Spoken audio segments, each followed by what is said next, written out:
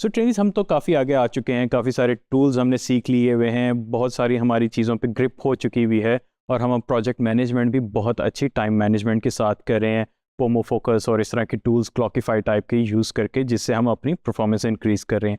लेकिन एक चीज़ जो है जो कि हमें बहुत ज़्यादा पिंच करती है वो है क्लाइंट की तरफ से जो रिक्वायरमेंट्स आती हैं। अगर मैं अपने रियल प्रोजेक्ट्स की भी बात करूँ तो एग्जैक्टली ऐसे ही है। हम जो डेली फेस करते हैं वो है क्लाइंट की तरफ से हमें जो मैसेजेस आते हैं उनको हमने कैसे ट्रांसलेट करना है, ये कैसे समझना है।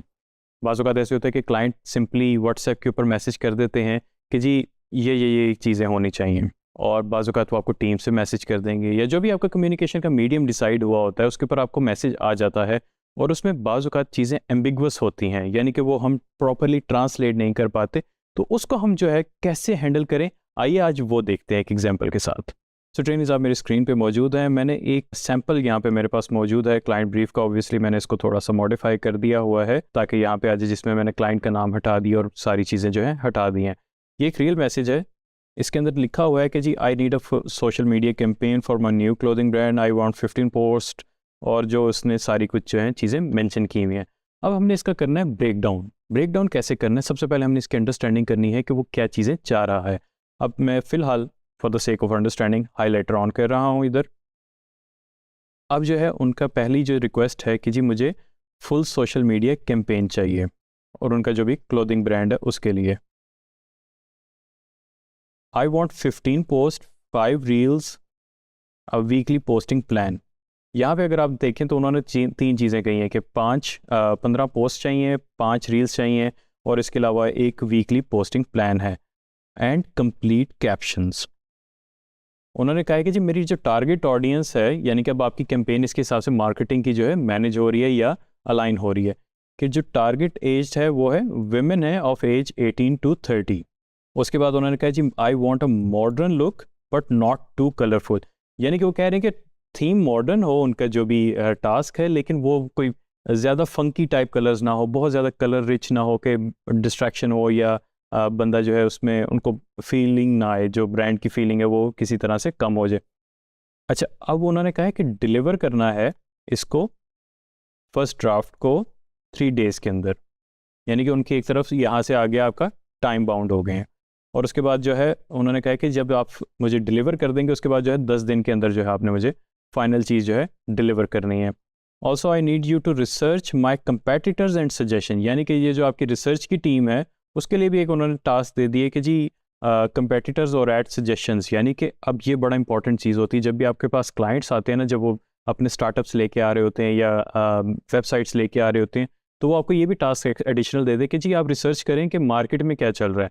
हो सकता है कि वो जो उन्होंने एक रिक्वेस्ट की थी कि मॉडर्न लुक हो लेकिन कलरफुल ना हो, लेकिन जब आप रिसर्च करें तो पता चले जो उनके मार्केट में कंपेटिटर्स हैं वो विविड कलर्स यूज़ करें, कलरफुल हैं उनकी और जॉयफुल थीम्स यूज़ हो रहे हैं, तो वो हो सकता है अपना डिसीजन चेंज कर लें। अब ये चीज़ें मैंने हाईलाइट की हैं। अब इनको हम कहते हैं प्रोजेक्ट मैनेजमेंट की ज़ुबान में एक्शन आइटम्स। अब इन एक्शन आइटम्स को मैंने एक्चुअली ऑलरेडी जॉट डाउन किया हुआ है, नोट डाउन किया हुआ है, तो मैं आपको वो अब दिखा रहा हूँ। ये आपके सामने एक्शन आइटम्स आ गए। अब एक्शन आइटम्स मेरे इन पैराग्राफ के अगेंस्ट क्या क्या बने, 15 पोस्ट हो गई, 5 रील्स हो गई, और मेकअप पोस्टिंग प्लान। जो जो वहाँ पे लिखा हुआ है उसको मैंने थोड़ा सा बेहतर करके और एक डिफाइंड वे में लिख लिया अपनी टीम के लिए या अपने लिए, और इसको मैं ऑब्वियसली बाद में जाके मज़ीद डिटेल में एक्सपैंड कर सकता हूँ ताकि हमारा जो है प्रोजेक्ट बेहतर तरीके से अलाइन हो सके चीज़ों के साथ। और ये मेरे 9 पॉइंट्स बन रहे थे उसके अंदर, और इन 9 पॉइंट्स को मैंने लिख लिया हुआ है। ये तो मैंने लिख लिए 9 पॉइंट्स। अब इसके बाद आता है मेरा रिस्पॉन्स क्या बनता है इसके अगेंस्ट। अब आपको, क्योंकि आपने पैराग्राफ काफ़ी देर देख लिया, आपको आइडिया हो गया कि क्लाइंट ने क्या रिक्वेस्ट की थी। और मैंने कहा thank you for your detailed brief, thank you, यानी कि एम्पैथी बहुत ज़रूरी है, जो कि हमने पहले भी देखा है।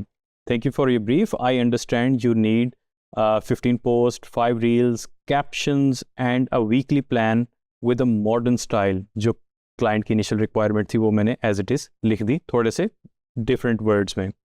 I will also study your competitors, जो कि उन्होंने एक टास्क दी थी एडिशनल।